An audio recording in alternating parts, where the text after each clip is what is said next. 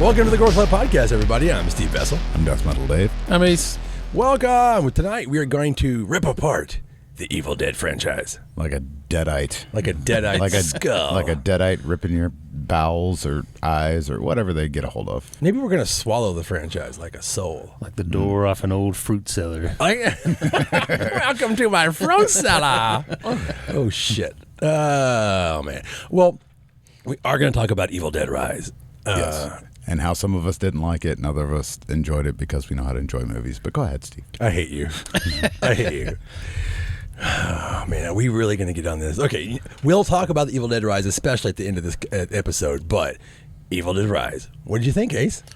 I watched it and I was like, that's fine. That's fine. That's how I felt when I watched the other one, the last one. And oh, so you didn't like the remake either then? I mean, I like it better. I like the remake better than the Evil Dead Rise, but I feel like they're making it for a new audience and not people who are into Evil Dead movies. They're trying to catch I like Dave's look on his face. I think they're just trying to get that Gen Z crowd to be into Evil Dead. All right, boomer. See, I disagree with that. See, I like the movie, and it made me realize something. It made me realize why slashers got so popular. Because now that I'm older, I'm like, could you kill these fucking kids, please? Yeah, but and that's a thing I never realized until I watched that movie. But all in all, I thought it was good. So you like Evil Dead Rise? I did. Okay, I did. Cool. I enjoyed it. It's different. It opens up. Yeah. It opens up. The multiverse, which I'll touch on later. Yeah, actually, that I put some positive points in this. Yeah, God damn it. One is I agree with both of you. I liked it. I think people will use this love-hate thing way too much. Like, it's the worst movie ever. Like, come on, man. Yeah, there's no way. It's not that. It's not that. It's not even bad. I don't mean like just for this film. I meant in general. Like, oh, this is the greatest movie of all time. I was like, just because you haven't seen a movie this week. I saw somebody I went to high school with posted on social media like, this was the best Evil Dead movie ever, better than the original. And that's when I was like, oh, this movie is not made for me. Because somebody out there thinks that it's better than the original Evil Dead, and I'm like, you are wrong. What a poser. Yeah. I can see what that person is saying, because what you're saying is exactly how I feel about it. It is for a new generation, or at least people. It's more of a mass audience horror film. Yeah. See, I agree with that. If you're a child right now, and I say child, I'm like 12 years old, and you're going to go back and you're going to watch this movie called Evil Dead that my dad keeps talking about, or my grandfather at this point, yeah, and you're going to be like, this is cheesy, awful. I can totally see that point of view. Yeah. I mean, the effects look bad. Especially now with the 4K transfers and the 10K transfers, all that. I'm trying to sound as old as I possibly can. But how they've the scan on the new Blu-rays they're insane. But you can see every crack. And I know we talk about this all the time, but it's not for that. So you have, on top of all that, you can see the Gordon hose in the arm burst, spurting blood. Yeah. You can see that they're wearing gloves instead of makeup in this one scene. I totally understand them saying, this is awful. What are you talking about? Yeah. But if you're an Evil Dead fan, I don't see why you would like Evil Dead Rise. It's not an Evil Dead film. You can... Man, I feel like we could start taking this apart right now, and I don't want to. Because there are things about it that I like. But you know what we should do? Let's Scooby-Doo this motherfucker. Let's go back.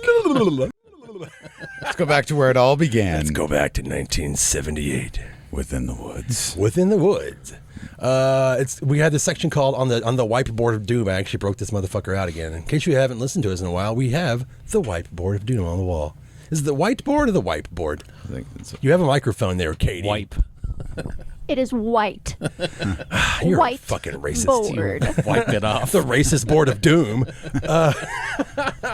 Okay, so right now we're going into the roots of Evil Dead. So Within the Woods, yeah. This is the movie that they had to make to get their idea across to investors. It's a calling card of sorts. Yeah. You could see some of that early Raimi filmmaking with less slapstick in this one. A lot of less. I mean, I think it's just as good as Evil Dead. It's a very short film, and it looks like crap. I have not found a good version of it. As in not digital, like all grainy. It looks like shit. So I don't know if you all have. Even the versions they put on all these discs and stuff, it looks like shit. Yeah. It's not. Nobody's really cleaned it up, and I don't know how much you can clean it up because they're just. It's a rip from a rip from a rip at this point. Yeah. Is there an original copy floating around on Super 8 somewhere? Maybe like Bruce Campbell's great-great-grandmother has it in her fruit cellar, and they just gotta bring it out. I don't know. It's a concept film. Proof of concept film is what it's called. Starring Bruce as Bruce, Ellen as Mary. No, that's not right. And I have Ellen Sandweiss, Mary Valenti, and Scott Spiegel. And it's two couples going to the woods in this cabin. It's very similar. It even has like a friggin' like the banging the shutters, the swing. Yeah, swing. It's actually a pretty brutal film. Yeah. It's definitely. Well, I mean, in this one, I guess he desecrates like a Native American burial ground. That was the thing. I was like, well, Indian burial ground, quote Indian, unquote. Yeah. Trying to use a proper term. But I'm using the term they use in the fucking movie to show us how antiquated it is. Oh, It's an Indian burial ground. I was like, so like in India? Yeah. That's like we're past that, Steve. It's kind of like a lazy go-to for like anything back then, where they were just like, burial ground. Somebody died here. We desecrated it. Yep. Horror movie. Manitou, baby. Yeah, fucking poltergeist. Like anything. Oh shit. So the original budget for the Within the Woods was $1,600. It shows. Yeah. That's Well, I mean, it was shot like on like that Super 8. I don't think it was even 16 millimeter, was it? no. They had to blow up. Didn't they blow up Evil Dead to the actual Evil Dead? It was blown up. Yeah, that was on 16 millimeter film, and then they blew it up to 35 millimeter. 35. Yeah. I don't think they blew this one up to 16. But I made some notes on it because I knew we have a lot to talk about, and we don't want to dwell on every little aspect of this film. But I added the banging porch swing. Is that they took that and put it in Evil Dead? The stabbing the wrong guy and smashing him with the door. Yeah, that's in this movie. The sound design is actually very similar, and the basement scene is very similar. And if you want to get really nitpicky as far as being a film nerd, Evil Dead is a remake of Within the Woods. Oh yeah. I mean, I guess yeah. I mean, if you want to go that way. And it was 8 millimeter. Okay, that's what I thought. Yeah, yeah. Basically, home movies. Yeah, he just shot a home movie with him and his friends, like we used to do, except less blood for us. Yeah, they used more blood. Well, I think this movie is one that Sam Raimi talked about using new sound design. As I talked about, he was able to slow down the thing. And he'd never like worked with like real production values before. Like, they did like like a lot of shorts they did, like Indiana Jones ripoffs and Three Stooges movies. So that's what they had, and now they made it Within the Woods. Well, Evil Dead. Overall, you could tell where he got his. He took a lot from Lovecraft, from the Necronomicon, and like I said, proof of concept, trying to get the movie made. Right. If you haven't seen it, it's on YouTube. It's on a bunch of special features on a couple of the DVDs. But it looks like garbage, and you should at least watch it because this one ends bleak. It's very bleak. Yeah, there's no happy ending. There's no happy ending. Wait, is there ever a happy ending in these movies? Yes. Okay. What is the total runtime on Within the Woods? I didn't even make a note 32 about minutes. 32 minutes. Yeah. So it's not very long, but No. it's hard to watch just because it's so grainy and low light. No matter what you do, you're not going to fix it. There's videos on YouTube you can find if you really want to watch it. Yeah, I've shown it on the big screen, and it's just like a big pixelated mess. Yeah, the bigger screen you watch it on, I think it's worse. It's worse. Maybe if you watch it on your phone, it's not that bad. I don't know. I haven't done that. There you go. All right, I'll watch it on my phone. Homework. You have to watch it in one of those like penny arcades where you have to put your face down inside of it. Nickelodeon. Yeah, like an old Nickelodeon. Yeah. Oh my God, you're old. That was meant to be watched. So on from Within the Woods. So we don't want to dwell within the woods. We don't want to dwell within the woods. Go straight to Evil Dead. So the remake of Within the Woods. Yes, 1981. The remake. Evil Dead. Book of the Dead. Which they didn't want to name Book of the Dead because people are stupid, and they would be like, kids don't want to watch a movie about books. Because they wanted to call it Book of the Dead, and the guy, one of the guys helped produce it, was like, kids don't like that. They don't want to watch a movie about books. Yeah, I think it was Irvin Shapiro. Yeah. Irvin Shapiro helped make this movie he made it known. He actually is sat on the board, if not the creator of the Cannes Film Festival. Like, what a connection to fucking have. Yeah, Irvin Shapiro. Oh, yeah, Irvin, it was Irvin Shapiro. Said the fear that kids will be turned off seeing a movie with a literary reference. Or on the flip side, they would read more books because they'd be like, I hate my fucking class. Let's read a book and summon demons. Yeah. Show and tell would be really fucking weird if you read in Latin. So we have Evil Dead 1, 1981. This movie had a considerably higher budget, right? Was it $375,000? That's a lot of pennies. Yeah, it's a lot more than $1,600, and it shows. And this is I forgot to mention that Within the Woods is when Sam started beating the shit out of Bruce Campbell. Out of everybody. Out of everybody. His brother. Yeah, everybody. The nightmares that you hear about this on the set stories are great. And I'm glad that they finally came out with like the documentary about the women, the ladies of the Evil Dead, because you always talk about Ted Raimi, being a shimp or whatever. Fake shimp. Fake shimp. Yeah, a fake shimp. And it took forever for all of the women to get together, and they actually made an entire documentary just about them. That was fucking awesome. Well, basically after they made Within the Woods, they were taking that around, using it, going around to used car lots to raise the money, and like pharmacists and other people around town to raise all the money to get money to make Evil Dead. So kind of like an independent movie. But really, it wasn't until Stephen King gave them the big bump that they really got all the, force they needed to get out there. And people were like, "Oh shit, I need to watch this movie." Yeah, he saw the King of Horrors talking about it. Wasn't this one financed by a dentist too? Yeah, dentist, and in the commentary, I think they're talking about all the people they would show the film to and be like, "This is what we're trying to do," and then he was like, "Dentists, they're great for these kind of things. Like, just give us your money. We can do this with more money." But most people have probably seen Evil Dead by now. It's got very memorable scenes, specifically, at the end of the movie, lots of claymation and the face melting scene. Tom Sullivan rules. He pretty much made this movie what it is. Between the things that make Evil Dead what it is are, people will say Bruce Campbell, but that's awesome. But it's Sam Raimi's direction and the effects that they were able to do on that budget, and at that time were really still extreme. Oh yeah, right. And the copious amounts of blood that they use, which would be a staple. Wouldn't be Evil Dead without gallons and gallons of blood from a razor cut. Like you cut your nails shaving, just fill the sink. I've told this story here before, but like the first time I watched that with a friend of mine, like I think he started getting kind of sick watching it when he got the pencil in the ankle. And then we got to the end when all the like cream corn and oatmeal is shooting out of him, and he just turned around and puked in the trash can while we were watching it. That is awesome. And I was like, yes, this movie rules. Yeah, super low budget, but super effective. And now in this movie, so you're introduced to Cheryl, which Ellen Samwise. Yeah, she returns. Bruce Campbell, obviously. And then you had the other characters, which I recently met. So you had Richard DeMoniker, which was Hal, Betsy Baker. Originally Hal, yeah. And then Teresa Tilly, which they recently met them at a convention. They were all super sweet people and just swell. Yeah, their stories are great. And those two people, Richard and Teresa, they had to go on different names just to get by the SAG rules, and they still got caught. Yeah. There's a couple of things from the movie that people may notice a lot, but I didn't really notice until I watched it with the commentary on. The scene where like the shelf falls on Ash and he's just sitting there underneath of it and he can't get it's like the world's lightest shelf and it falls on him and he's just struggling to get up the entire time. And like on the commentary, Bruce Campbell's like, "Watch me, this is the best acting in the whole movie. I can't get the shelf off of me."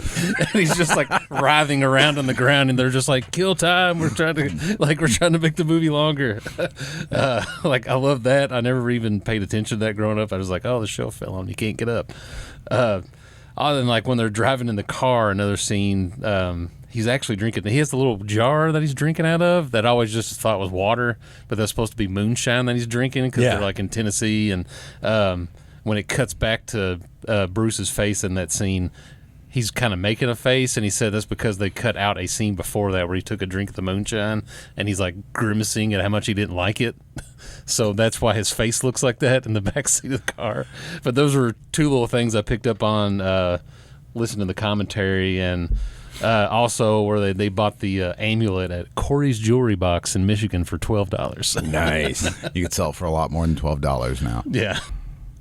The thing I liked about the Evil Dead franchise is that with all of its mistakes, all of the problems they had with that movie, you can see the love on the screen. That's what's great about it. You can sit there and pick it apart, like, oh, you can see Rob Tapert in a scene like off by the bridge, or like I said, you can see the garden hose in the shoulder, the fucking ink on the moon. All those scenes look so bad, but there's so much character in this movie, and you can see that there's so much love that they put on the screen. So when they did the premiere finally, and it was still called Book of the Dead at the time, they did it in Detroit at a theater that Bruce Campbell used to go to as a kid. They did the whole William Castle thing. They had the ambulance in the parking lot. They would sign waivers and all that kind of shit. They really wanted to make it something special. And I forgot, I think they sold out, oversold the tickets. They did not expect that many people to show up for something technically could be a drive-in movie. Yeah. And that's the great thing about this film, is that it just didn't stay. And they did something at the time New Line did, is they released it simultaneously, theater and on video. Unheard of. Hey.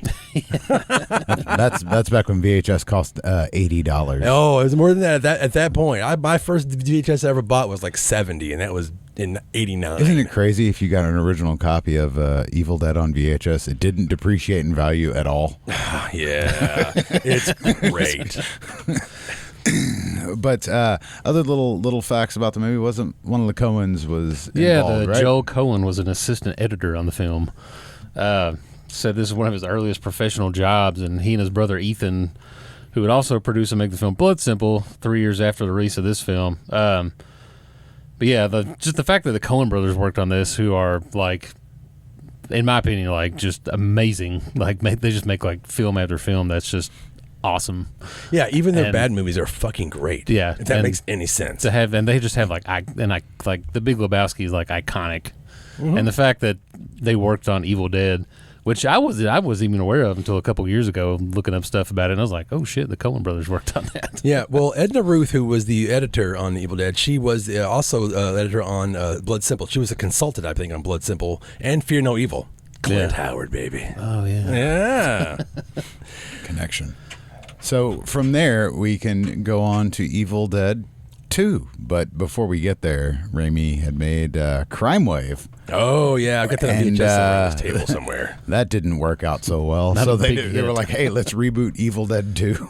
Or let's do I Evil felt Dead. bad. You listen to the stories about Crime Wave, and you're like, wow, how can a production just totally get fucked? I don't know if they have any kind of semblance of that, of what's left of that film. I know they released it on Blu-ray. All I have is the VHS copy, so I've never seen another version of it. I can't imagine.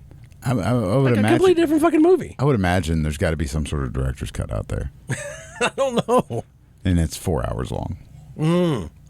Waterworld. That's kind of like the movie Intruder. The first time I watched that, it was starring Bruce Campbell and Ted Raimi, and I was like, yeah, there we go. I watched this, and they're in it for Bruce Campbell's in it at the very end. Spoiler for it's just Danny Hicks. Yeah, that's a Danny Hicks movie. I think Scott Spiegel maybe was he's part of the family. People will kind of forget about him, but it's Rob Tampert, Sam Raimi, Bruce Campbell, and Scott Spiegel. Scott Spiegel, that's his movie. Yeah. Intruder. Grocery Store of Terror. And that's one thing to talk about this. Sam Raimi keeps the same people, and he keeps bringing them back because he found his people that he works with really well.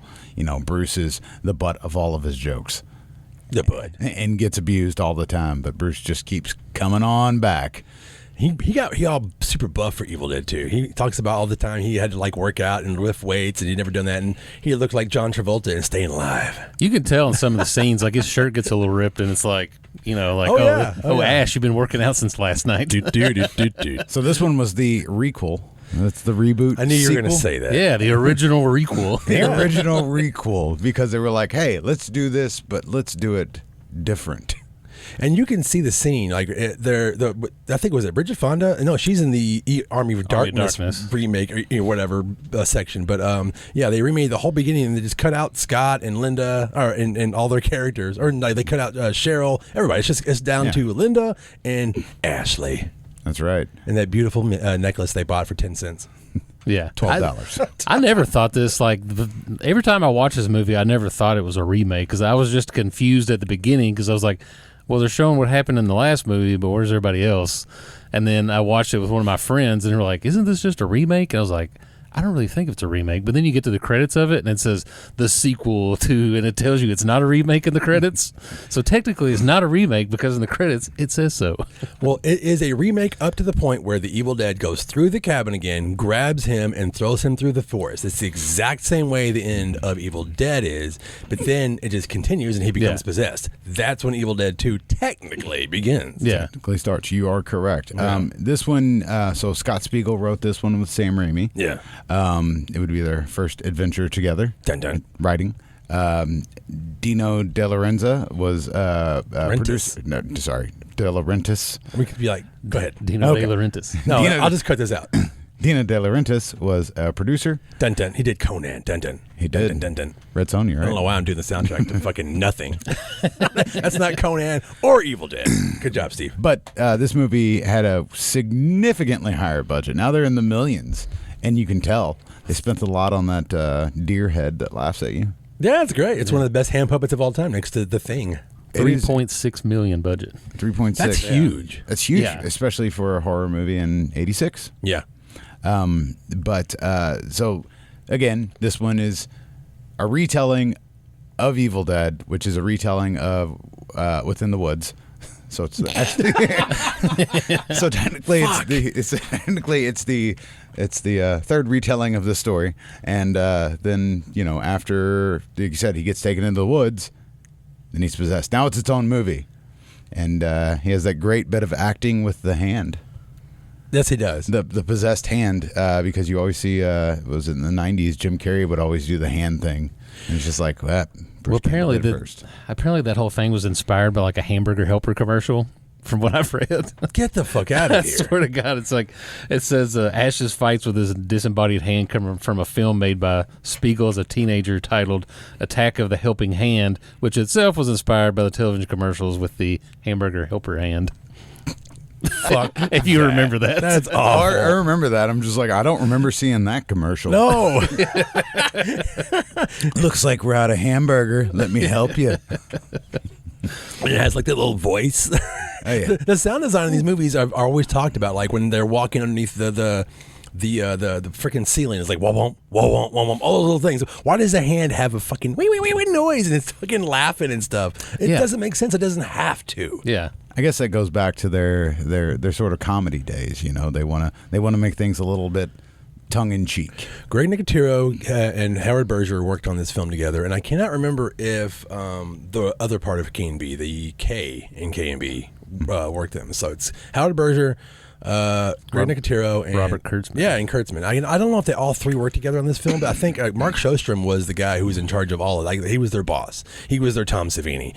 And Greg Nicotero talks about this is when he realized, like, oh, his love for the Three Stooges, like with the eyeball going into the mouth, all those little, like, this is when it gets really All goofy. the little gags. A movie that's so gross and can be really scary is just a complete goofball comedy. It is. All It is. at once. But like I said, my favorite scene is when he has the mental breakdown in the house and the puppet's laughing at him on the wall, and he's just. Whenever he does like the little squat thing where he's like, he's like going up and down. That was the part when I first saw, I was like dying laughing. I was like, oh, this is pretty hilarious. Yeah, totally remade in like that fucking George Harrison music video. And then mindset. and then immediately back to craziness with the fruit cellar. That's where we get the fruit cellar and Henrietta in the fruit cellar. Yeah, Ted Raimi with a proper fucking character. Yes. That's right. In a Henrietta. giant suit. And you got to remember how much like bullshit they put him through to make these movies. Like, maybe not specifically on this one, but if you go back to the first one, the white eyeballs, like that was just glass. Those are glass eyes, basically glass eyes. Like you can only keep them in for like It's like 10 minutes. no, not even maybe 10 not even minutes. that. Yeah, they're called sclera lenses, and they fucking suck. Yeah. So at this point, Bruce Campbell's got several real scars on his face. Yeah. And if you read his book, If Chins Could Kill, he's got a diagram of all his scars in the book. real, fake. But the abuse continues on. This movie is successful as well. That's huge. For an independent horror film released in the late 80s, it's one of the most thought of film when people talk about it. There's an interview that Paris Hilton did with Jake Gyllenhaal on a red carpet, and she asks him what his favorite movie is, and he's like, Evil Dead 2. She's like, oh, I don't know that one. And it's like, fuck yeah. Remember the scene in High Fidelity? They debate Evil Dead 2. Oh, yeah. That was one of those things unheard of. Nowadays, Evil Dead is everywhere, but there was a time nobody knew about it except for horror nerds. Yeah. Evil Dead and Evil Dead 2 were always my go-to movie. If somebody was came over and was like, let's watch a horror movie, and I'd be like, oh, do I got the movie for you? And I would go dig it out and find it. We'd watch it. Go watch Evil Dead or It's Dead a comfort Alive. movie. Yeah. Yeah. And that's how I would judge if we could be friends or not.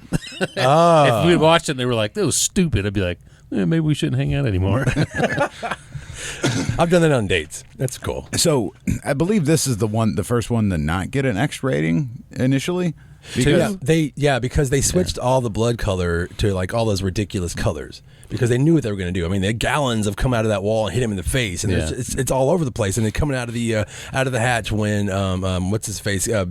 Good old reliable Jake falls in the thing, and it's just blood going everywhere. It's like pink, and then there's green. And they changed the color because they knew they could get away with it. Yeah, because I think this was originally because if you watch this movie at the beginning of it, it doesn't have Dino De Laurentiis' logo on it. It says Rosebud, which is a shell corporation that he set up because his other one, Dino De Laurentiis, could not release an X-rated movie.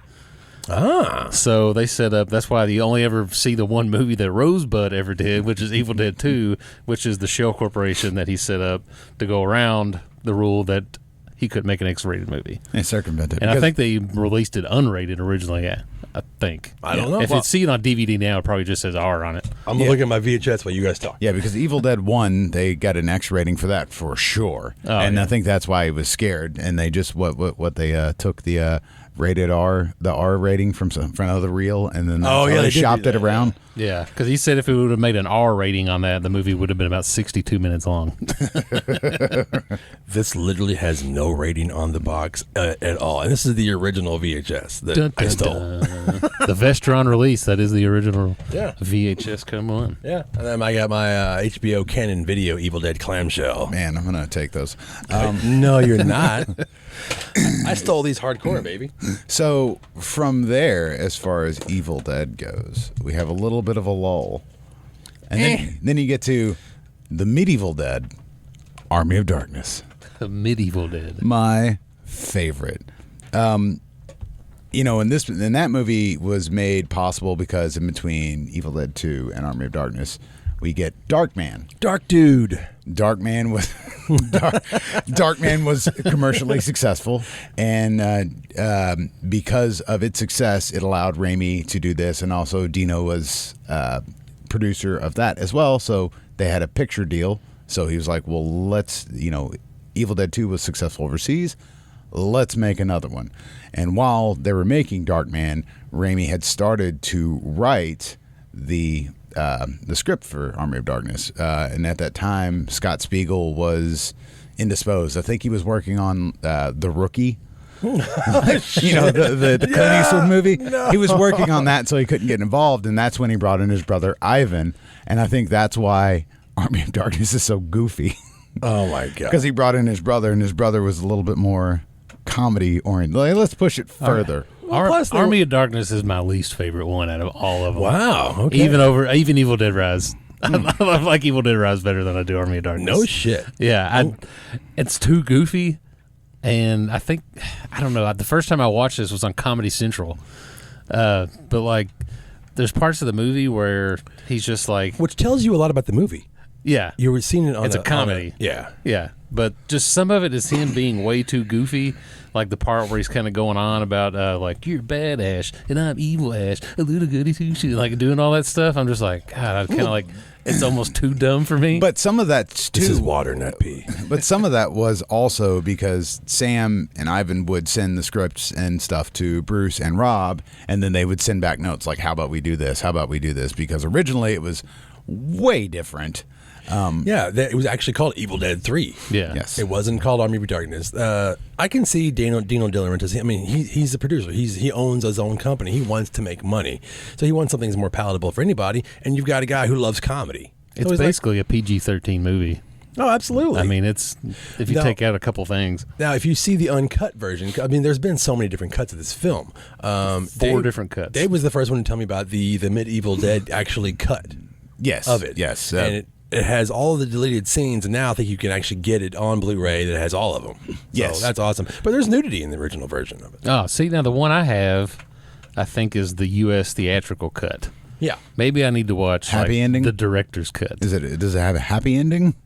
Because that was all Universal. Because the original ending was him. Maybe I've just been watching the wrong one this whole time. The original ending, he sleeps too long, and then he wakes up. He's like, "Oh God!" It's a post-apocalyptic. That ending is the ending on the version I have on DVD. That's the alternate ending and the bonus features. That was the original ending. So that original ending way better than the ending because I wanted to see a future where Ash had to fight with robots against Deadites. That would have been cool. Robot Jocks versus Ash. But they. Universal's like, we don't want a bad ending. We don't want people to feel awful. So they went back after the movie was done, and then they reshot it. But I mean, this movie particularly was like hell on Bruce because not only like they would. All right, so a lot of the movies got horse rash. A lot of the movie was shot at night.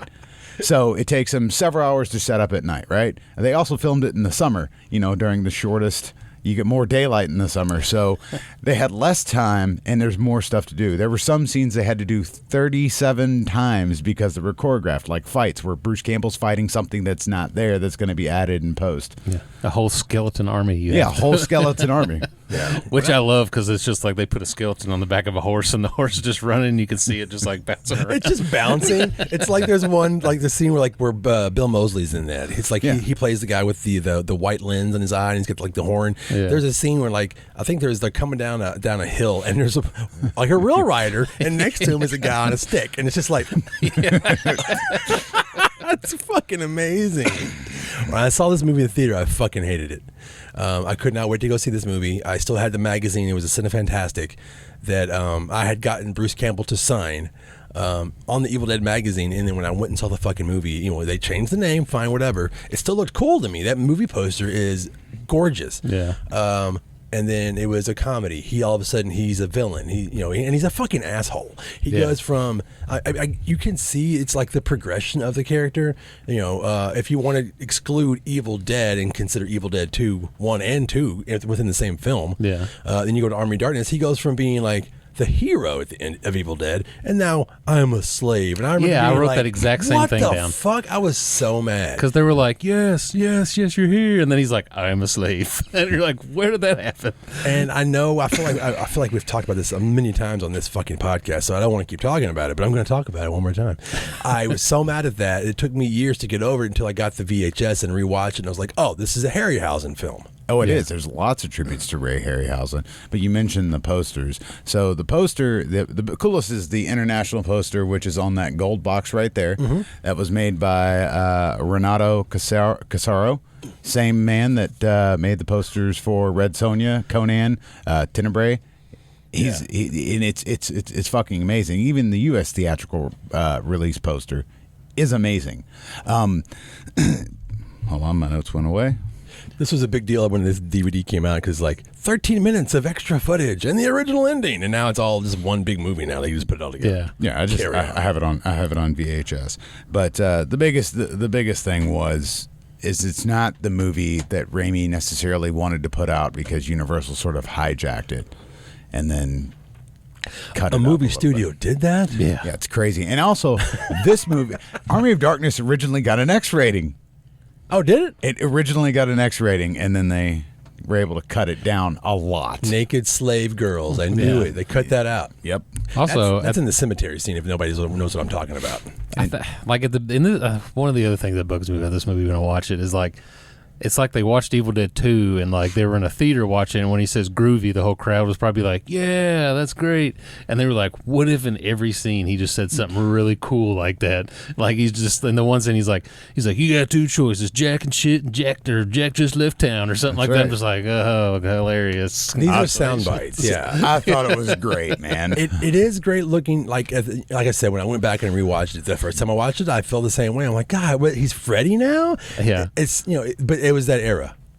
I love Army of Darkness now. I'm sorry that you don't. To quote one of I've my evolved. friends from Say You Love Satan podcast, whenever they do stuff, like it's like you could have took like Waldorf and Statler and put them up in the corner of this movie, and in every scene he would have said something. They'd just been like, ooh, like the entire time. Oh man, I love that perspective, and I get it. But fuck that, goddamn.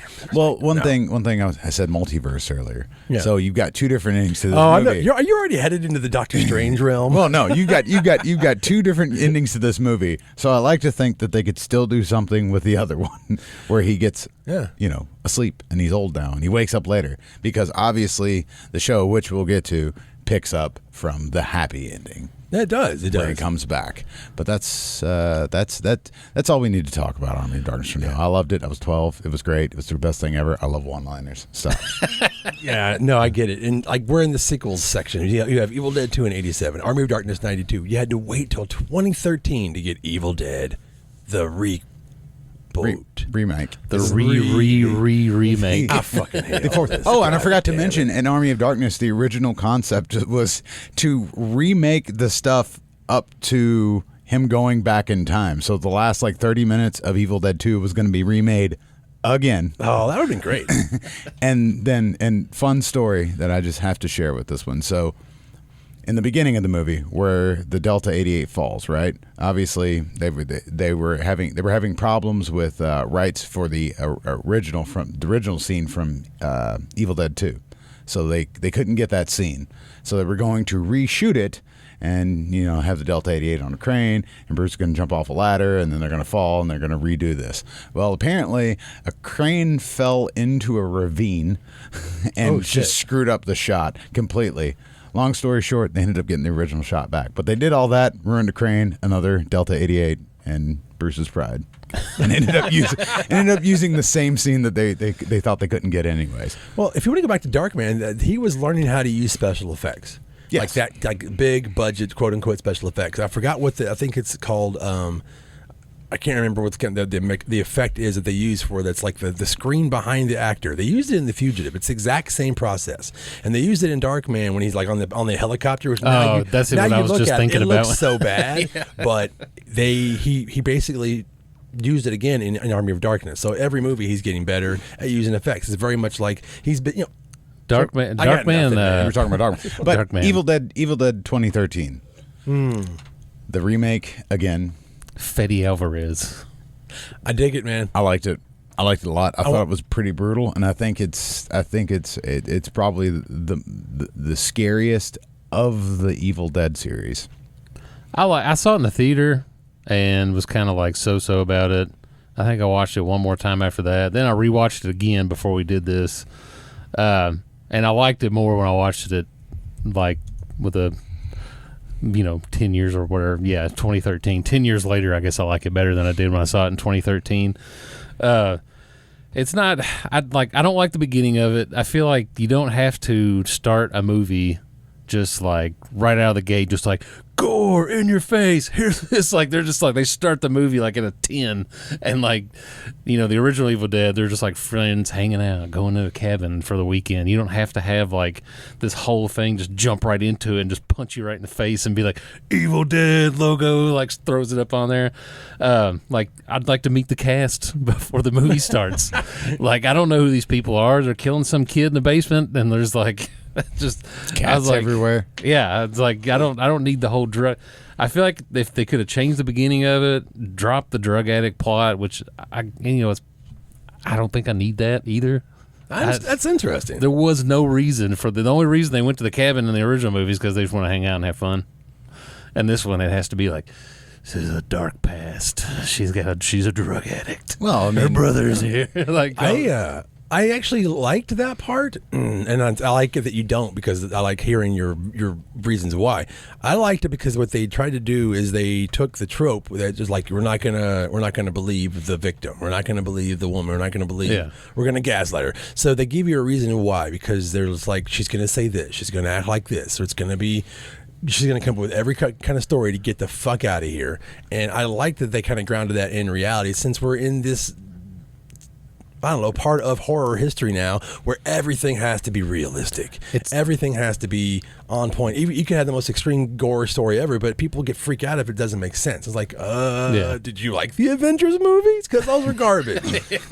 Well, the drug addict plot is the broken bridge of this movie, where Absolutely. they don't have to drive back to the broken bridge. They just have to say, "Oh, she's crazy. Don't listen to her." I think I would have rather had a broken bridge myself. But Me too. Yeah. Well, I mean, she tried to get away, but there was lots of water in the way. just Evil Dead everywhere, man. Just Evil Dead everywhere. But I thought he did a good job of making it his own movie and changing it just enough. Like I said, the gore was cool. And when somebody turned into a deadite, they just start ripping their face off and cutting their tongue in half. That was a new thing they added. Self-mutilation. That was the. I mean, because at this point we know there are 3 Necronomicons, Steve. As part of the multiverse. Yeah, no, it's true. And that's important going into what we're going to talk about, the Evil Dead Rise, actually. Go ahead, Dave. But who knows which one they have? I mean, it looks like the original one a little bit. It's got, bigger eyes, I guess. It could be. Each movie, the book looks different. So I think there's more than 3. I think that's bullshit that they try to narrow it down that way in the newer movies and stuff, and how to explain all that crap. Because every movie that's being updated, it looks different, looks better, or quote unquote better, but or bigger. The size is different. Army of Darkness, it's 3 times the size, and it's it has squinty eyes and whatever. Yeah. I don't like having to narrow it down to there's only 3 of them, and it flies. Yeah, and it can bite people. I like that. The artwork in Evil Dead 1 is the best out of all of them. No, the artwork in the book. When the artwork inside the book, when they flip it open, which that's actually a famous painting that's actually in the movie Red Dragon, if you've ever seen that. Yeah, man. He has it tattooed on his back. It's from William Blake, called The Great Red Dragon and the Woman Clothed with the Sun. Well, I must have missed that one. I did not know that one. It's because Ray Fiennes eats it. That's why. He eats the painting. Red Dragon. Yeah, I forgot about that. I want to go back for 1 second. You said you found a review of Evil Dead 2. Yes. That is awful. Because everyone, I think it's like this film is kind of like the Empire Strikes Back of the Empire Strikes Backs. There's more than one of the Evil Dead franchise, and it's interesting to hear a person's review. Yeah, it's not good. So I found this. You can get on from Rotten Tomatoes. I was like, somewhere out there, somebody didn't like this movie. It's got an 89%, which that's really fucking high for a movie, but.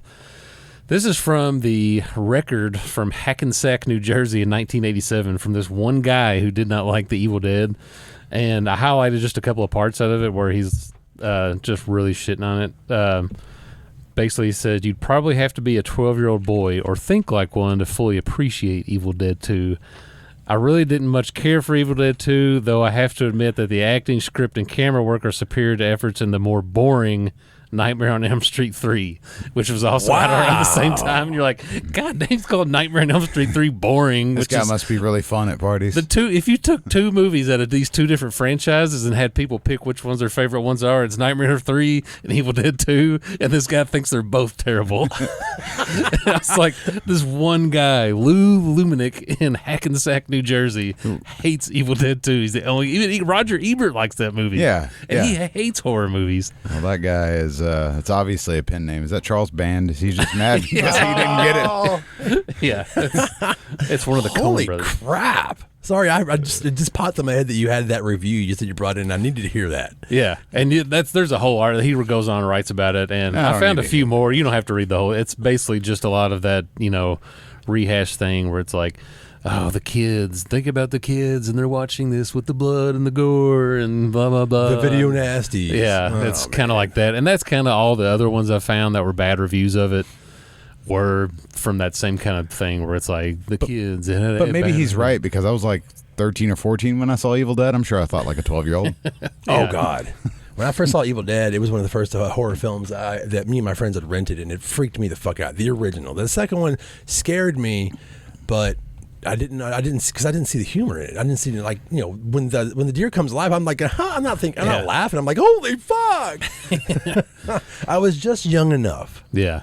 If you want to find more of those, I actually didn't even realize this. If you get on Rotten Tomatoes website, if you find the old articles, every once in a while you'll find one that gives you a link to the actual newspaper somebody had scanned in there, and you can read the entire thing from the newspaper that it came from, the original issue. kind of like if you're in the library going through microfiche. That's what I felt like. Cool. The things I liked about the remake or the reboot or whatever are the effects are fantastic. I like that they turned that you think that who Ash is going to be, because nobody's named Ash, nobody's named after anybody. You have the brother who looks just like he's wearing the blue shirt, he's got the boots and everything. Yeah. Oh, he's going to be the star, and then you find out it's Mia. I like that a lot. And she's awesome in that movie. She is. I wish they would have brought her back for the new one. She battles more demons, inner demons too. And she kills all the demons. And just the amount of blood in this one, they're like, we got to go even further. How about it just fucking rains blood like a Slayer song? And then Mia just chops somebody in half with a chainsaw. Yeah. And in the last scene, last fight, is really intense in the movie, because it's like, oh no, what's she gonna do? She's got a car on her arm. Oh, she's just ripping her arm off. I know, it's so unrealistic, but it still makes me cringe. It is, but you're watching it like, oh God, don't do that. Well, I guess you got to, but it's swallow this motherfucker. It's pretty brutal. I would rank it high on the list of the Evil Dead movies. The production on that movie is everything I like about movies, and are movies that of this style are perfect. It's dark, it's gritty. If you're going to do a dark, gritty Evil Dead movie, this is the one I like. They think they tried to do it with the new one, and my God, I'm not a fan. I do like I kind of shit on this movie a little bit. Like the beginning of it, I don't like. I did like as I made my notes here. I did it as I was rewatching it again, and I did right at the end of it. Halfway through, I'm on board though. So I was kind of watching it. I was like, I don't know. And then like I said, the end of it, I do like all that. That's where they get me back to liking it again. But just getting there, I was kind of like, oh God, I forgot about all this. It's the first movie I watched in a theater where I was like, could you just kill this guy instead of torturing him? God damn. Eric, because he gets nails shot through him, and he just gets everything can happen to this dude. It does. Yeah, he's like the guy from Cabin in the Woods. Yeah. He's just like, don't read the Latin, but he did. He's like, I think I fucked up, and we should all get out of here. Nope. Too late. Yeah, it has some of the most brutal kills in the whole Evil Dead franchise, and they're I think it's an amazing film, but it's on that edge of not being Evil Dead, which I think is where we're headed towards when we keep kind of cutting back to Evil Dead Rise, because that's where we're headed. Yeah. But before we get there, we have Ash versus New Zealand, also known as Ash versus Evil Dead, which was great, which is what we had all been waiting for. This is exactly what it needs to be for a long time. It survived 3 seasons. It sort of ends on a cliffhanger, and Starz said, fuck you, not enough people are watching it. That's people. That's fans. Fans are like, oh, we want it. Well, here it is. Here's exactly what you want, and this is exactly how it should be made. With the music, the effects, the story, the acting. Budget. Everything's there, the shots, and then you don't support it. You support it, kind of, but you know what? I'm going to go watch something else on Netflix. Fuck off, man. I think it would. Originally, they started putting them on Netflix later on, but originally it was on Starz.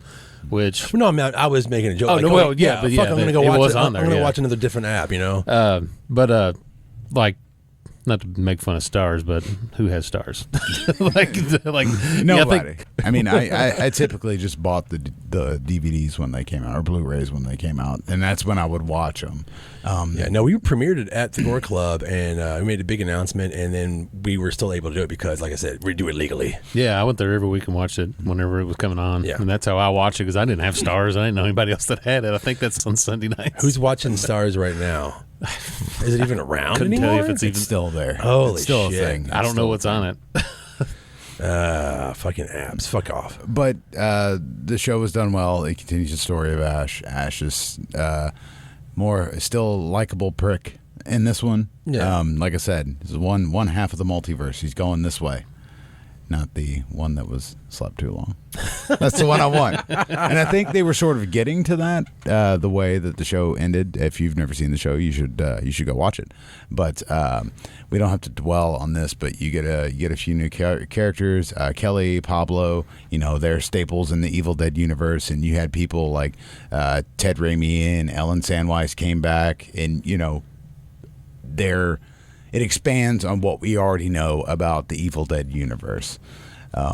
And the Necronomicon. Yeah. It's also there. It is. I think the first season was good, but it wasn't until like season 2 when they get that episode where they're in the morgue. Yeah. And his I think his head is up somebody's ass, and he comes out somebody's It's so asshole. fucking And I was great. just watching that oh man, this is exactly what I want. This is amazing. But it's so ridiculous. I mean, you have the antagonist was Ashy Slashy for Yeah. for a That whole was episode. great, yeah. Just a hand puppet. Yeah. But like I said, we don't really have to dwell on the Evil Dead show, Ash vs. Evil Dead, because there's a lot to cover there. And all you need to know is it was great. They continued. They kept going, but it got cut short because Stars just didn't want to.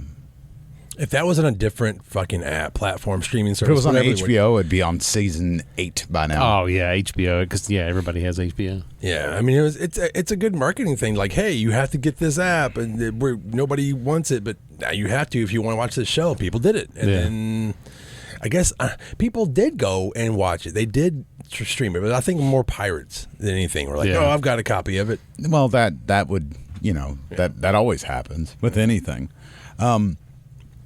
But from there, we do have. I have the Waiting on Raimi years. Yeah, the Waiting on Raimi years was from 92 to 2013. Yeah, What is that? until the reboot, we didn't have shit. We had to rely on remakes. Spider-Man. Not remakes. You had to, on like Drag Me to Hell. You had to work like all these little things like Bruce Campbell movies that were kind of fun. Like they call me. My name is. My name is Bruce. Thank you. Yeah, great fucking movie. Great movie. You can't find it anymore. I wish I ever found my copy. I've got a list of all of the ripoffs that happened during like the Japanese ripoffs, the Bollywood remake, which is fucking great, by the way. Bakke Zara is what it's called, 2008. Oh, it's almost a shot for shot. And Is there dancing and singing? no, wait, yeah, Oh, there has to- no, wait. Actually, it's so bad that they made the music video out of that one section because it should not even be in the fucking movie. But besides that scene, it is like they went out of the way for the effects, the shitty like smoke pods they used in the woods for no reason. That's all in this movie. It's fucking great. I highly suggest going to find that movie. And then, of course, most people have been talking about the bloody muscle bodybuilder in hell. It came out in 95, released in 2010 and 2012. The theatrical release is in 2014, and it's officially released in 2017. Jesus, Yeah. I'm confused. I've gone cross-eyed You just should be listening to you. confused. The guy, his name is Shinichi Fukazawa, and he wrote, produced it, directed, and starred as Shinji, which is Ash. Yeah. But it's another great, almost shot-for-shot remake. They really put a lot of love into these movies. I don't know how the hell they got away with it, but they did. Raimi don't care. No. He did when I tried to show it. Well, there's also Evil Dead Trap, which has nothing to do with Evil Dead. It's just called Evil Dead Trap. Yeah, and they made a sequel to that, and it's just those are porn movies. Yeah. Have you seen those? I haven't They're seen it. softcore. They were made by a porn director, much like Friday the 13th Part 5 or whatever. Yeah. And he made these movies. He made the first one. I can't remember if he made Evil Dead Trap 2, but it's softcore horror. Yeah. And there's all the unofficial sequels in Italy, as they like to do over there, where they're just kind of like, just make a sequel. Like, there's. What are they called? You were talking over about? there. They're called La Casa, which Yeah, is that's Evil it. Dead was released as basically house. Yeah. You have Evil Dead. We have La Casa 2, and then you have La Casa 3, which over there in America was released as Ghost House. Then there's La Casa 4, which over here was released as Witchery. One of these movies has the dude from the fucking beach show, the Survivor? Baywatch. Oh, David Hasselhoff? One of them has David Hasselhoff. no. So wait. there's an Evil Dead sequel with David Hasselhoff in Italy, which I think is Witchery. There's La Casa 5, which is Beyond Darkness. House 2 was released as La Casa 6, and House 3, the horror show, was also released as La Casa 7. Wait, you mean like the actual? The house, so in America, House 2 and 3. You mean the one with the cat or puppy? Yeah. Are you serious? Yeah. They just just kept taking them out. Yeah, And just, they go all the way up to Evil Dead 7 in Italy. Yeah. Is there a house in it? It's La Casa. It's literally, La yeah, Casa. that's every movie. Of course, I had to put down Demons 2.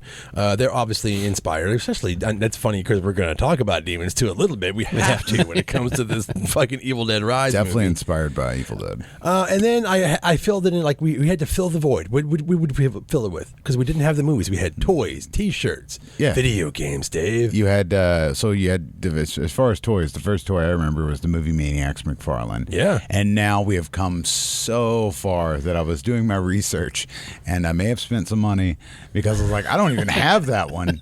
And I've got like a huge collection of Evil Dead action figures. So I finally got my Henrietta. So, yay. Oh, nice. I got a good deal on it. Paid way more than I should have, though.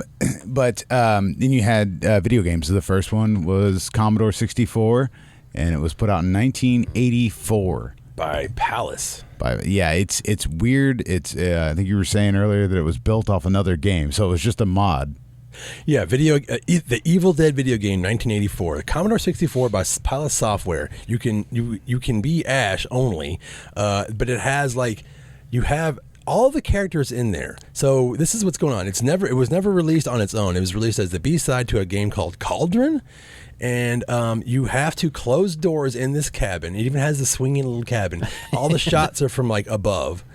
And you have to close all the doors and the windows because the Evil Dead would come in as like a fart cloud. Yeah. And it will possess your friends and they become mutants because they couldn't be demons. But then you get these a shovel appear. You have to go grab it. It's like, grab the shovel, go attack the Evil Dead or the spawn or the mutant that they've created. But then when you attack your friend, they come into legs and arms and they crawl around all over the screen. And you have to attack them and try to close all the doors. It's fucking insane. And it's sort of like E.T. where every time you take a step, you're dying. It's buried in a field, New Mexico. Probably. The graphics look like that, and but I thought it was funny. I actually wrote down with the a little side. There's like a side scroll that introduces the game, and it says, "Welcome to the tragic tale of the Evil Dead. Let me start at the beginning. My name is Ashley, and in case you haven't noticed, you are looking at me from above."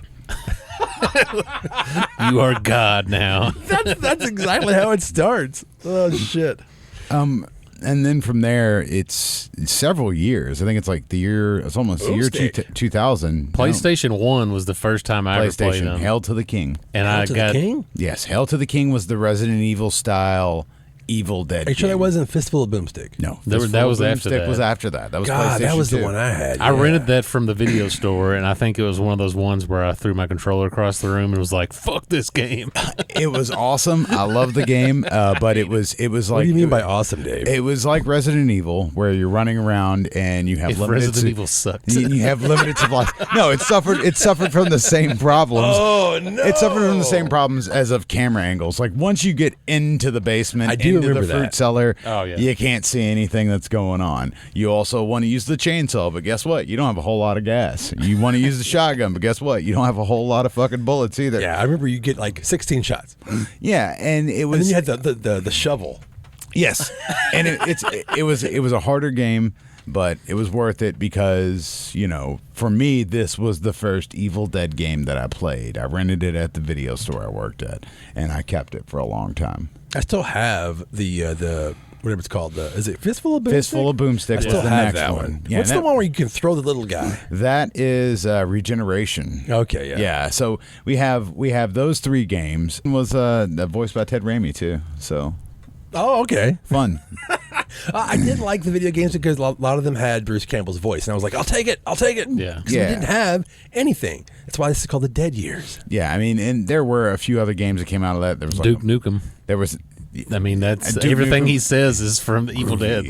Groovy. I'm gonna kill you. There were a few iPhone games, and now we're to where we are now with the Evil Dead game that came out in 2022. Which Dave did an unboxing on the channel. In case you want to go find that video. It's amazing. I wish I could play it more, but my dog always just jumps on me when I'm playing, and it's an online game.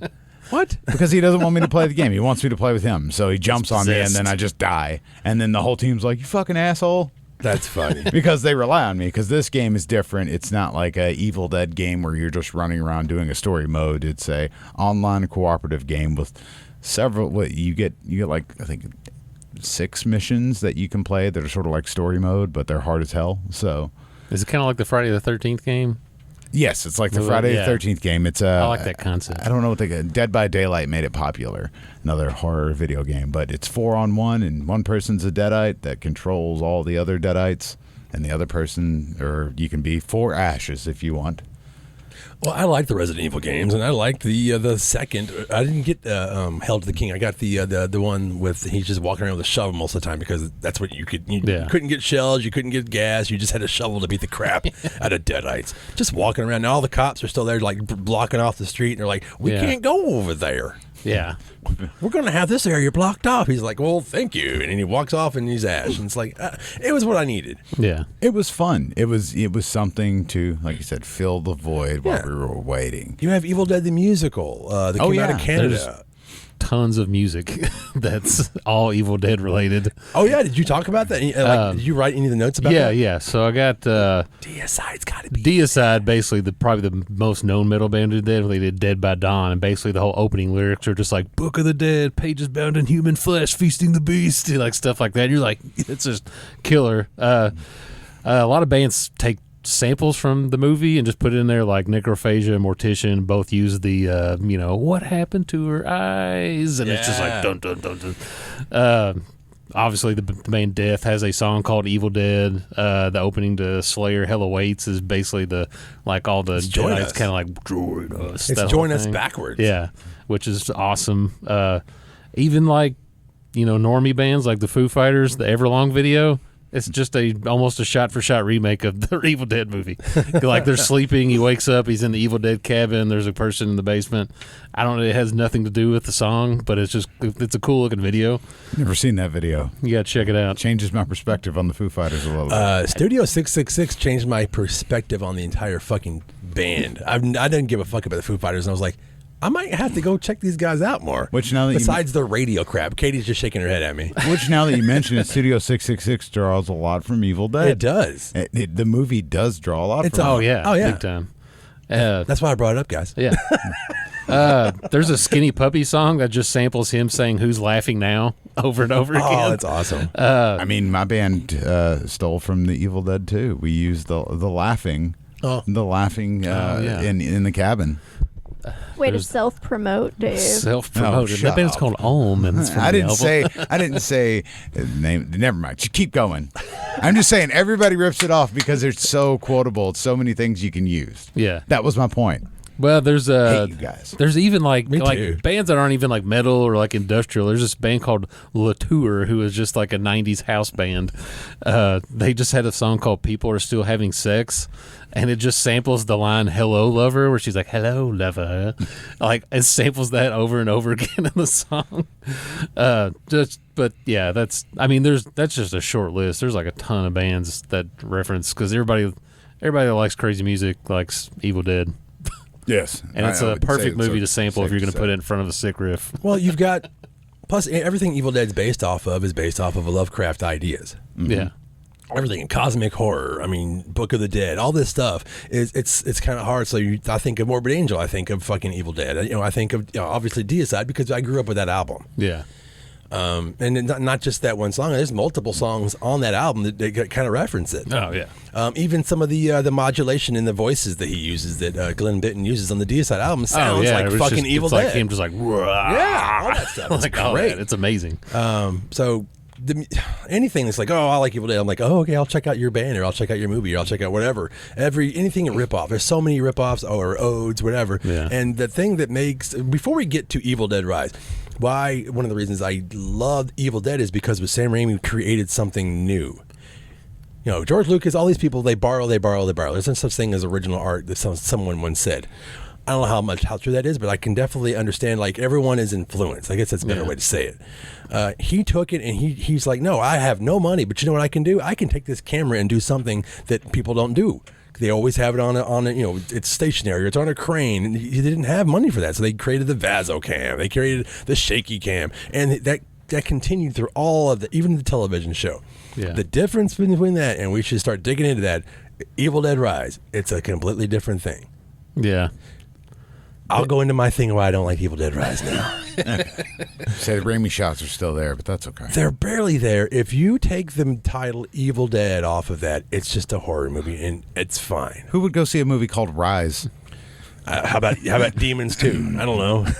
Rise of the Dead. Rise of the Dead. All right, so yes. flip All right. letters Let's start around. taking it. Let's get into this fucking movie, man. Why? Go ahead. What do we like? What do we don't like?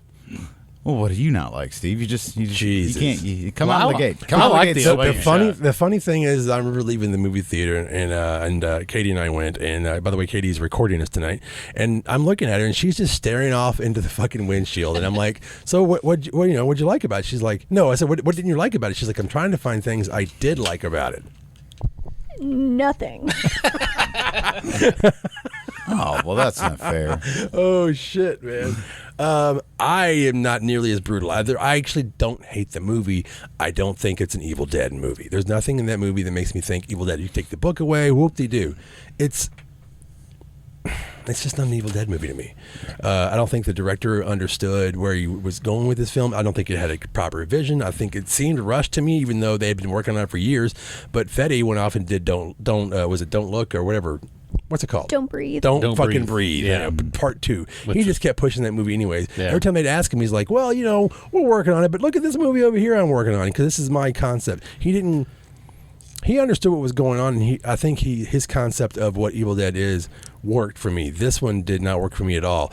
Why even have it in a high rise? It didn't add anything to the story. None of the neighbors really involved. The neighbors that were on that level, they were annoying as fuck. I may have missed this at the beginning. It did that same thing again that I didn't like in the original movie. Too where fast. It's just the movie is like the credits are barely like you barely get a credit, and it's just like kill. I'm like, I don't know who these people are. I don't know why they're in this cabin. I still don't know why. I still don't know who those two people are at the beginning of the movie.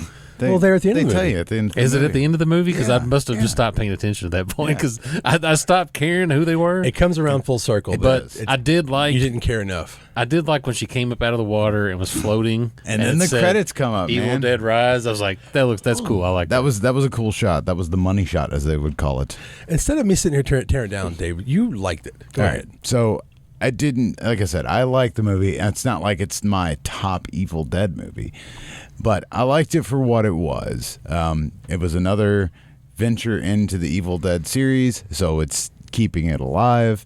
You're like, that's like the Star Trek argument. It's like, we're giving you a movie. Well, yeah, they did. They gave us a movie. Now it does have its problems, but I like the characters. I like I like the development. Beth is not she's not as badass as Mia. But she's nowhere near. God, she's not a they Mia. would have gave her money to come back. But this book. Lee Cronin directed this film, and he sucks. No, I would say his vision. He also wrote it too. So, with Sam was an executive producer. So was Bruce. Rob Tapert was a producer. So they did have input, and they thought it was okay to go in the direction that he did. I don't want to spoil too much, but they do find a book, and it's a different book. It's a different multiverse book. So at this point, they have a Necronomicon that has teeth. So I'm only assuming it's the one that bit Bruce Campbell and flew away. Sure. It flew away to I like how a it high-rise looked. apartment. Yeah, the teeth when it's closed like together and they're like, I thought that looked. That cool. was cool, except for the idiot who opens it and is like, "Oh, maybe it might be dangerous." And I like these actors. I like. It. Okay, this is the thing I enjoy. I enjoyed it. There were transgendered people in this film who might be playing transgendered characters, but none of that's mentioned. It's just Doesn't matter. They're just there. The name They're Danny is ambiguous. That is fucking I don't know. great, and that's the progression of movies in general, not just horror. And I was like, I appreciate all of that. I didn't give a fuck about him though. I did make it. I get it. The kids were sort of annoying. Danny just spinning the records and everything. Yeah, Morgan Davies. Yeah, Morgan Davies plays the record and he's like, I think I did it. Yeah, you did do it, you motherfucker. I made a note that said she's not a regular mom; she's a cool mom, because she's like listening to LCD sound system and like Dyeing her dance hair. yourself clean, dyeing her hair. Yeah. And the girl comes up and she was like, I'm going to a protest later, and you just know like some studio exec was like, we need to make this topical, say something about a protest or something. Like you're just like, it's like, yeah, that's fine. I mean that is what's going on in the world right now. But I just sometimes I think when they do those things, I can only imagine it's like the person writing it is just like I don't really care about this thing, but some teenager out there will think it's really cool, like apparently they did. Yeah, they did. I guess they did. Yeah, because this is so far it's the highest grossing Evil Dead movie. Oh, they're making one every year apparently, according to Bruce Campbell. Bruce Campbell is quoted as saying that we're making one almost every year. But if you I was so nitpicky when I went into this movie. I didn't want to be, but I'm thinking, wait, you're moving in 30 days and you haven't packed a fucking picture off the wall? Get the fuck out of here. There's so many things I get so mad about. That's this generation. One of my coworkers is moving. She hasn't packed shit. She's like, can I take off early Friday because I gotta pack some stuff. I gotta be out by Monday. I was like, Jesus, but Friday. You start packing now. Also when they're playing the record, which I did like that they found like an actual record and they were playing the record on there, and I thought, that's a cool. It's kind of an update from the tape, Oh yeah. But also when he finds that, it's like a 78. Yeah. And he's playing it on a regular record player. I didn't even notice which that. you can't do because those are made of shellac. Yeah, because I've done it and it ruins your needle. Yeah, you can't actually do that. No, I did that. My mom gave me her 78s and I was like, awesome. Yeah. So what you're saying is none of this should have happened because they were using 70. Oh my God. And they also, if you would have found this in the basement, you would have been like, oh sweet, I'm going to put this up on Discogs and see how much money I can make off of it. Oh man. You scan this and see if it's on eBay. Yeah. Also, what kind of DJ doesn't like scratch the record just a little bit? Yeah. Oh, I would have. I was like, I want the knife. And I want the Evil Dead knife. You get some like weird deadites at that point. They're not complete because you didn't have the whole word. So all right, so this one, the premise of this one, I'm just gonna sit there and exhale every 5 minutes thinking about this fucking movie. They find a new book, they find a set of records that they couldn't possibly play on their record player, and they play the records anyway because it's supernatural. And I'm gonna say it's supernatural, fuckers. And then I'm trying to defend this piece of shit. And then Ellie gets possessed, and Ellie's the lady on the poster with the big evil grin. It's Mama. It's Mama. Mama's with the maggots. She looks good in the movie. Like I like the design, like her Lily face, all that looks great. They did. Lily Sullivan and Alyssa Sutherland. They did really well. Like I like all the actors. Yeah. I hate all their fucking accents, but like they were good actors. I like the neighbors were super fucking annoying. I could not wait for that kid to die. I'm kind of past that. I mean, I was just waiting for them to rise up out of the dead. It's like there's so many things they were trying to do, progress and be different. And now when it comes to horror films and what people want, but they're still doing the same old tropes. I'm trying to be positive and understand both of that. I'm like, okay, it's fine. Well, there was it seemed like a lot of filler. Like all the neighbors were filler, so you could have somebody to kill and you wouldn't have to kill one of the main cast members right away. Somebody had to have a shotgun. That's where the neighbor, because you knew this family wouldn't have one, but a neighbor down the street, they would have a shotgun. That's how you got to enter. I looked at that dude and I was like, he's got a MAGA hat and a shotgun. Yeah, he's got to have a shotgun. They had to bring in chainsaw. Those have to be in there. Here, you don't, again, going back to Sam Raimi trying to do something new and interesting and create all these like new experiences for us as film goers. I don't need you to fucking literally take a Shining shot, multiple Shining shots, and put him in the fucking movie. Oh, here comes the blood elevator. You just knew it was going to happen, and they even framed it correctly. Yeah, it's correctly. They framed it the way I knew they were going to do it. When she's looking, like banging on the door, and they have to do the shot from underneath, like when he's trapped. Like you don't need. This is not that kind of movie, man. Come on. Yeah. I mean, this is that kind of movie, but you don't have to rip off another movie. Yeah, it's Evil Dead. I was watching. This is not an Evil Dead movie. I was like, why are they doing The Shining right now? Somebody ripping off Kubrick? Who knew? It happens. But fuck, goddamn it, Sam Raimi. The kills. Well, I mean, I was waiting for you, and now look what you did. I don't think it was his fault. I think it was more of a he can give notes, but he didn't have the final say too. Because I can't imagine that. They did have the pizza box that said Henrietta's Pizza on it. Did you notice that? There's all kinds of cool little things. Which I was like, hey, are we being too hard on this film? I think you are. Fuck you, dude. I probably am. I think Katie shook her head no. I think I watched it and I had fun, and it's you had not fun. It's not my favorite. It's not at all. Yeah. At one point my dog was possessed like a deadite in the middle of the movie and had to pause it and stop and come back. So that might have made it a little bit more bearable for me. I don't know. Yeah. But then the second time I watched it, I thought it was fine. I will always go back and rewatch movies to, just let them sink into my head and just, okay, am I wrong? Am I right? And same thing when I watched Army of Darkness, and I was wrong. I hope that I'm wrong on this. I want to go back and absorb it and be like, okay, it's okay. Yeah, and again, which is fucking sad. I don't want it to be just okay. I've been waiting for an Evil Dead movie forever, and now this is what I get. Yeah, and this I'm is go cry in the bathroom. This is the first original Evil Dead movie since Army of Darkness. Sorry. This is the first original since Army of Darkness, and it's not really original because you point out things like that and the Cronenberg monster that shows up eventually. Oh, the Sanguisugabog album cover. I had a friend like walking around. I had a friend, and she was just like, "Wait, why does it have to be the fucking shunting scene from Society?" I was like, "Oh fuck!" And again, it's just they're coming up with things that they want to put in a film, and it's that's fucking bullshit. There's a Halloween Ends reference. There is. Wait, there is? The Grinder. Oh. Yeah, that's Fargo as far as I'm concerned. But that's your friend in the wood chipper. Yeah, Coen Brothers reference. You could, which kind of comes full circle. Okay, you know what? I allow that. Yeah. I left the movie theater and had a 20-minute conversation in the bathroom with a crying movie theater employee. This is true. And that was more entertaining than the entire movie. Did they just watch Evil Dead Rise as well? Is that why they were crying? No, they have a sucky manager. Oh, okay. Fuck you, manager at movie theater that we saw this at. Blank movie theater. But I didn't hate it. I don't want to ruin it. I don't hate it. There are scenes that make it worth watching. If you haven't seen it, which a lot of people have, because like I said, it's made a lot of money. Yeah, it does. You should go see it or rent it on demand or whatever. You should definitely watch it. I put it's not great, it's not bad. I enjoyed it. I'm not going to go buy it.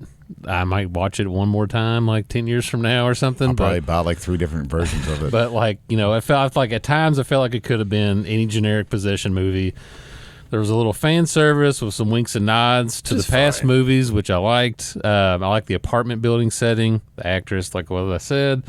But like I said, it's a franchise trying to find a new audience because most of the cast was children or, what look like actual teenagers now. It's not like the 80s when it's a teenager in a movie and they look like they're 40. Yeah. But hello, Mary Lou. I'm a 30. They're not. I don't think they're trying to make Evil Dead movies for 39-year-old horror nerds like me. But they're trying to find a new audience, and they probably don't care that people that love the original movies don't like it. Which is sad because the people who are involved are the people who created that, and I want to not believe that. Yeah. But I also understand they need to make money to make the next one. Yeah. They looked at what they thought people wanted, and it was Ash versus Evil Dead, and what happened? People stopped supporting it. So what's the next? Where do you go from there? Do you make this movie? You have to. Yeah. I think that they're looking at it from a Dino De Laurentiis point of view when it came to doing Army of Darkness. Now here's me trying to be fucking level-headed about this fucking movie that I don't like, but it's the truth. Take myself away from it and go, okay, this is what they're trying to do, because what they did, like I said, they did what they thought people wanted. That's all you keep clamoring for. We gave it to you. You didn't want to go see it. 3 seasons of it. You didn't want to go. Yeah. Yeah. You didn't go see it, or you didn't pay for the app to go to see it, or whatever. I can't even put my words together. What I would love to have seen, which was never going to happen now, but make James Gunn make a fucking Evil Dead movie. That would fucking rule. Yeah. Guardians of the Galaxy just came out 3. It's what everybody wanted to see. I think they're finding directors who are using Evil Dead as like a stepping stone to like the next level. It's because they're cheaper. Yeah, and they're cheaper person. It's a cheaper person. Yeah, I mean, James Gunn made fucking Slither. It's fucking great. It's perfect. Yeah. I would rather that's more of an Evil Dead movie than this movie is to me. Yeah. That's all I got. But I will say that they do have Ash in the movie. He's actually the disembodied voice on the record that's trying to warn them to not fucking, don't do that. Oh, yeah. So their idea, this is what I read, is that's the displaced Ash from the multiverse. Sweet. I just read that today. Okay. That is Ash on the record telling them to stop when they're listening to it. And that is the Ash from the Ash that we know. The Ash that slept too long. Probably. Man. Does one of the records actually say in the movie that 3 volumes of the book exist? Yes. So that, yeah. I've read that. I don't remember it in the movie. It was in the movie. Okay, yeah. It was in the movie that you talk about. There's sharp teeth, and then there's Sharp tooth. there's the sharp tooth one. It's the Wicked City one. There is the obvious, not the one from the first one. That one's gone. It burned up and blah. And then the second one from the second one. Yeah. And then the other one from Army of Darkness that he slept with. Dirty. Yeah. I'm just kidding. Well, maybe there's hope. Like I said, Lee Cronin is quoted as saying that this is the time-displaced Bruce's voice in the movie. So who knows where we're going to go from there. I think it's just open. Maybe they're going to do like a whole anthology version of it. They should, since that's what they're going with the idea. I mean, and Multiple books, and then we're going to have multiverse. Somebody in Italy right now is already writing 8 sequels to this movie. Oh, please. La Casa 9. And they'll do La better. Casa 9. La Casa again. Well, fuck, man. Well, this was an interesting podcast. I guess I was just agonizing having to talk about this movie. Because I love this franchise. It's a beloved franchise.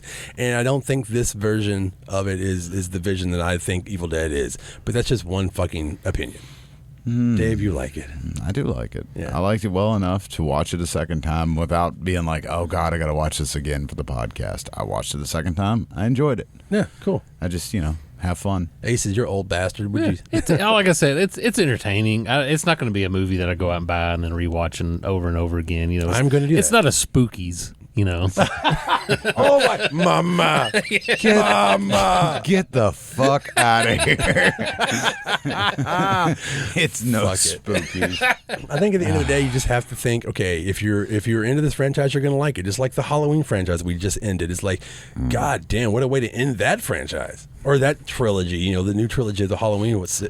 You know what? Oh, I just watched Halloween Ends again. I still like it. Don't care. I know. Like, who do we have on this podcast? What's wrong with us? It was so stupid. Our new producer's just shaking her head. If Evil Dead can make as many movies as there are Halloween movies, I'd be happy. Yeah. I wouldn't care if they ended like Halloween Ends. I wouldn't care. You're going to Rob Zombie's Evil Dead coming up next. Oh, fuck. Sherry Moon is actually Ash It's and going to be Henrietta. like Ash will just be like, fuck the whole movie. Fuck this book. Fuck that. The ghost of Sid Haig. I'll take that, actually. So we're probably going to wrap it up, but Yeah. I've got to ask you. Oh, fuck you, Dave. What's your favorite kill in the whole series, in all of it? Wow. Your I'm gonna favorite say kill. Okay, it's actually when Ash kills the Evil Dead at the end of Evil Dead 2.